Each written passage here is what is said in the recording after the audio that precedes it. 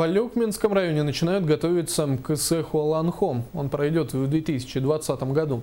До главного национального праздника Якутии остается еще 4 года, и за это время необходимо выбрать площадку для проведения мероприятия. Этот вопрос и вызывает наибольшее обсуждение, рассказывает наш корреспондент Елена Фаст.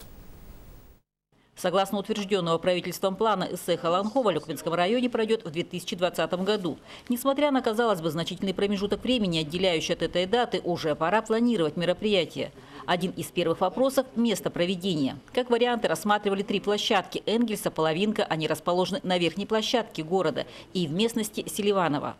При выборе необходимо учитывать все нюансы от перспективы вида до перспективы практичной.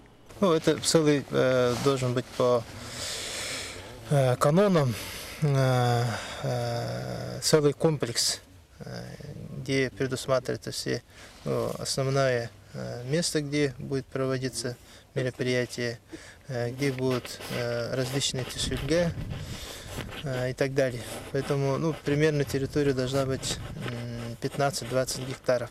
Кроме всех доводов, учитывалось мнение населения, для чего 30 апреля провели слушание.